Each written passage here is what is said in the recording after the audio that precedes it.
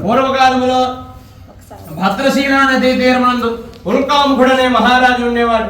చక్కగా క్షత్రియ ధర్మాన్ని పరిపాలిస్తూ ఆ యొక్క రాజ్యంలో ఉన్నటువంటి సమస్త ప్రజలను కూడా తన కన్న పిల్లల వలె పరిపాలిస్తూ వాడి యొక్క యోగక్షేమాలు తెలుసుకుంటున్నటువంటి మహా ధర్మజ్ఞాని, ధర్మ సంపన్నుడు, అలాగే సౌభాగ్యవతి, పుణ్యవతి, సౌందర్యవతి అయినటువంటి తన భార్యతో కలిసి భద్రశీల నదీ తీరమునందు సత్యనారాయణ స్వామి వారి వ్రతాలు చేస్తూ ఉన్నాడు.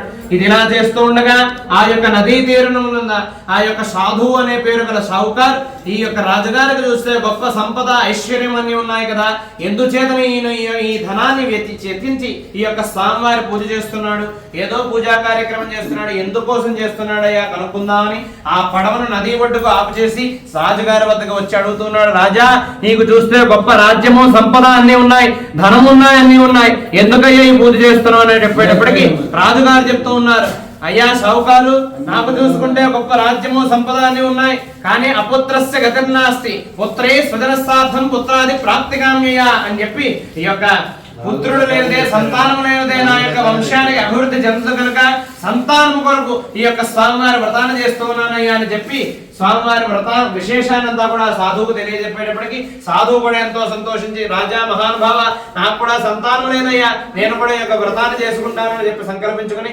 రాజుగారి వద్ద ప్రసాదము, అక్షతలు తీసుకుని తన భార్య అయినటువంటి లీలావతికి ఇంటికి తీసుకువెళ్లి ఇచ్చి ఈ యొక్క వృత్తాంతాన్నంతా తెలియజేశాడు. ఈ ప్రకారంగా ఉండేటప్పటికీ ఇరువురు దంపతులు కూడా చక్కగా నమస్కరించుకుని ఎప్పుడైతే సంతానం కలుగుతుందో అప్పుడు ఈ వ్రతాన్ని చేస్తానని నమస్కరించుకున్నాడు. చక్కగా ప్రసాదాన్ని ఆ భార్యామణి లీలావతి ఎప్పుడైతే పరమ పవిత్రముగా భావించి ప్రసాదాన్ని స్వీకరించినదో స్వామివారి మహాత్మ్యము చేత శరీర శుద్ధి, గర్భశుద్ధి కలిగి పూర్వజన్మ ప్రారంభములన్నీ కూడా అతనికి గర్భిణీ సాధవంతస్య భార్య సత్యప్రసాదతః దశమే మాసమే తస్య కన్యారత్నమజాయత.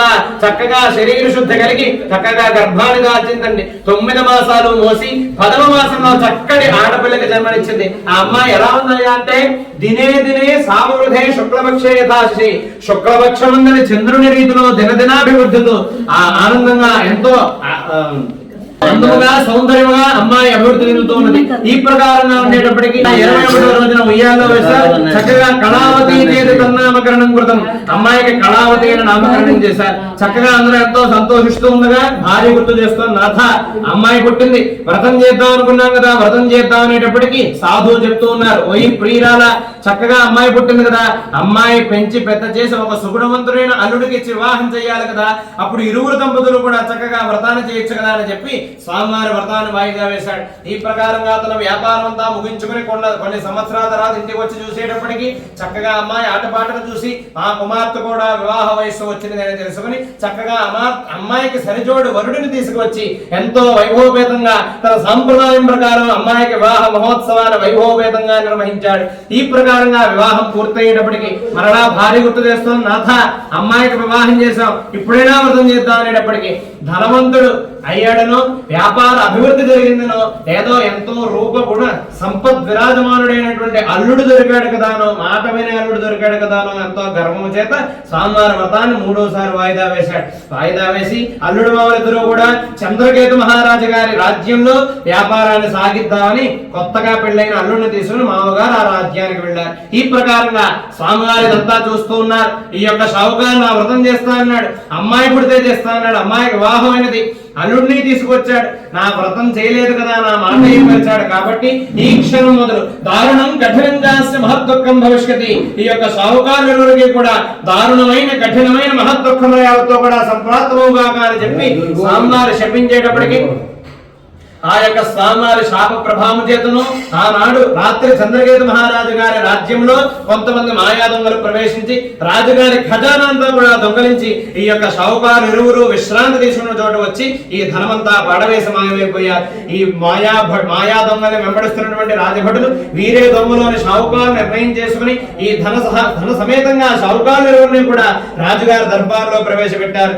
రాజుగారు వీరి మాటలు వినకుండా, అయ్యా మేము దొంగలము కాదు, షావుకారు కారణమయ్యాను ఎన్ని విధాలుగా మొరపెట్టుకున్నప్పటికీ స్వామివారి శాప ప్రభావం చేతను రాజుగారికి వీరి మాటలు అర్థము కాక వీరిరువురిని కూడా ఆ యొక్క కారాగారంలో బందీ చేసి ఈ యొక్క ఖజానా అంతా కూడా రాజుగారి ఖజానాలో భద్రపరిచారు. ఈ ప్రకారంగా ఉండేటప్పటికీ ఇంటి వద్ద ఉన్నటువంటి లీలావతి కళావతి కూడా తన దగ్గర ఉన్న ధనమంతా కూడా దొంగలచే దొంగలింపబడి ఎంతో భిక్షాటం చేస్తూ దరిద్రమైన జీవితాన్ని అనుభవిస్తూ ఉండేటప్పటికీ ఎంతో ఈ యొక్క ఆకలి బాధితే కుమార్తె అయినటువంటి కళావతి ఒక బ్రాహ్మణుని ఇంత సత్యనారాయణ స్వామి వారి వ్రతం చేయడాన్ని చూసి ఆ వ్రతాన్ని భక్తి శ్రద్ధలతో వీక్షించి ప్రసాదాన్ని స్వీకరించి తన తల్లి అయినటువంటి లీలావతికి తీసుకొచ్చినది. ఎప్పుడైతే తల్లి ప్రసాదముని పరమ పవిత్రముగా భావించి స్వీకరించినదో పూర్వ వృత్తాంతముందయ్యో కూడా జ్ఞాపకం వచ్చి మేము ఇన్నిసార్లు వ్రతం చేద్దామని వాయిదా వేసాం కదా అనే విషయాలన్నీ కూడా గుర్తుకొచ్చాయి. ఇవన్నీ మర్చిపోయారని మాట్లాడేవాడు. మర్చిపోవడం చేత గుర్తుకొచ్చేటప్పుడు వెంటనే నమస్కరించుకుని సత్యదేవా మహానుభావ నేను యొక్క వెంటనే యొక్క వ్రతాన్ని చేసి తల్లి కుమార్తెలు కూడా నా భర్తాలుడు క్షేమంగా ఉండేటట్టు చూడు స్వామి,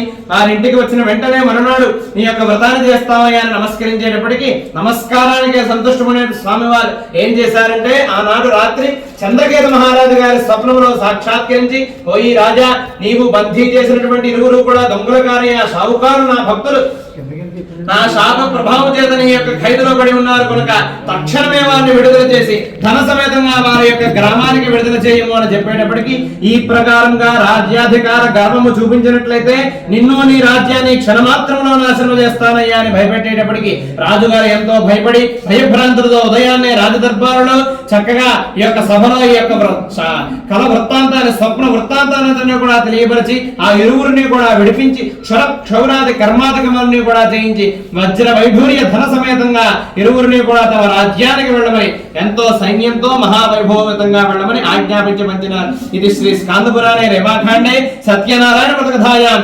తృతీయోధ్యాయ సమాప్తః. గోవింద ఆ షావుకారు అల్లుడు ఇద్దరు కూడా చక్కగా రాజుగారు ఇచ్చినటువంటి తమ ధనము సమేతంగా వజ్ర వైఢూర్య గోమేధిక మనవత మాణిక్య పుష్యరాగములతో చక్కగా చేత్తో పెట్టుకోండి తమ యొక్క నగరానికి వస్తూ ఉండగా ఈయాదూరం గతే చాద్ధో సత్యనారాయణ ప్రభో జిజ్ఞాసాం కృతవా సాధో నౌకాయాం అస్తకింతవా.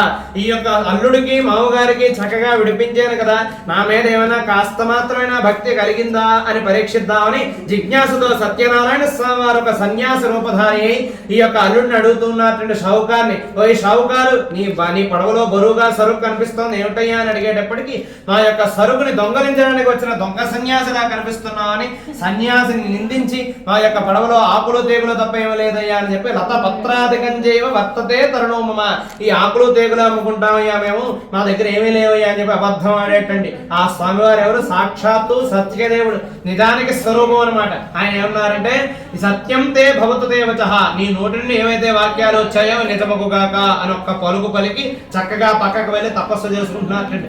ఆయనే సాక్షాత్తు తథాస్తు అనేటప్పటికీ బరువుగా ఉన్నటువంటి ధనమంతయో కూడా విలువైన వజ్రాలన్నీ కూడా ఆకులు తేగులు అయిపోవటతే అల్లుడు మామూలు గమనించి మూర్ఛ పొంది తెలివి తెచ్చుకుని ఈ యొక్క విషయం అంతా కూడా ఒక్కసారి నెమర వేసుకునేటప్పటికీ వచ్చిన సన్యాసి ఎవరో కాదు సాక్షాత్తు సత్యదేవుడే అని ఒక్కసారి చూసుకుని సన్యాసి పాదములపై పడి నమస్కరించి సత్యదేవ మహానుభావ బ్రహ్మాది సమస్త దేవతలేని మాయను తెలుసుకోలేరయ్యా, మానవ మాత్రం మేము తెలుసుకోలేకపోయామని మమ్మల్ని క్షమించు సత్యదేవ అని చెప్పేటప్పటికీ నమస్కారానికే సంతుష్టపడి స్వామివారు ఎంతో అనుగ్రహించి వారి యొక్క ధనాన్ని వజ్ర వైఢూర్యాన్ని అన్నింటినీ కూడా తిరిగి మళ్ళా ప్రసాదించేటప్పటికి అల్లుడు మామలు ఇరువురు కూడా చక్కగా వారి నగరానికి ప్రయాణం అయ్యారు. కొంత దూరం వచ్చేటప్పటికి తమ భర్తాలుడు ఇంటికి వస్తున్నారని తెలిసినటువంటి లీలావతి కళావతి కూడా ఇంటి దగ్గర వ్రతాన్ని పూర్తి చేసుకుని తల్లి అయినటువంటి లీలావతి స్వామివారి వ్రత ప్రసాదాన్ని స్వీకరించి కుమార్తెకి చెప్పి అమ్మాయి నీవు కూడా చక్కగా వ్రతాన్ని పూర్తి చేసుకున్నావమ్మా అని చెప్పేటప్పటికి కుమార్తె అయినటువంటి కళావతి వ్రతాన్ని పూర్తి చేసింది కానీ తమ భర్త మీద ఉన్నటువంటి అనురాగము చేతను ప్రేమ చేతను భర్తను చూసి చాలా కాలమైనదైనటువంటి జిజ్ఞాస చేతను వ్రతాన్ని పూర్తి చేసింది కానీ అత్యంత ప్రధానమైన కథ ప్రసాదాన్ని స్వీకరించడం మర్చిపోయినది. స్వామివారికి వ్రతములో అత్యంత ప్రధానమైనది కథా ప్రసాదం. కథ భక్తి శ్రద్ధలతో వినాలి.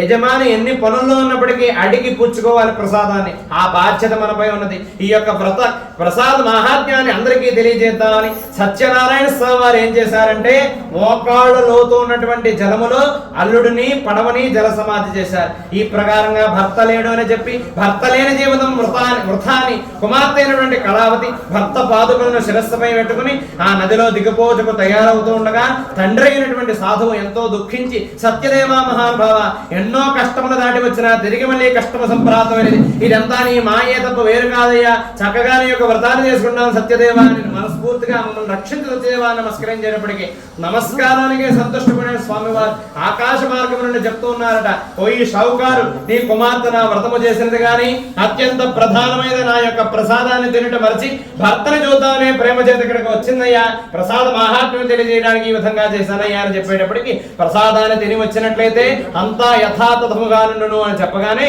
ఈ యొక్క కళావతి చేత ప్రసాదము స్వీకరించేటప్పటికి చక్కగా ఆ యొక్క భర్త పడవు క్షేమంగా నది నుండి తేలి వచ్చి భర్త క్షేమంగా ఉన్నట్టండి. ఇంటికి వెళితే వాయిదా వేస్తామేమోనని ఇరువురు దంపతులు కూడా నదీ తీరమునందనే స్వామివారి వ్రతాన్ని విధి విధానాలతో భక్తి శ్రద్ధలతో ఆచరించి స్వామివారి యొక్క అనుగ్రహం పొందారు. ఈ ప్రకారంగా అప్పుడే కాకుండా ప్రతి ఏటా ప్రతి సంక్రాంతికి ప్రతి ఏకాదశికి స్వామివారి వ్రతాన్ని చేస్తూ షావుకారు అల్లుడు కూడా ఎన్నో ఐశ్వర్యాలు పొందుతూ ఇహమున సమస్త సుఖ భోగ భాగ్యాలను అనుభవిస్తూ అంత్యమున సత్యలోకమును పొందిన వారాయే. ఇది శ్రీ స్కాందపురాణే రేవాఖండే సత్యనారాయణ మృగధాయాం చతుర్థోధ్యాయ ప్రారంభః.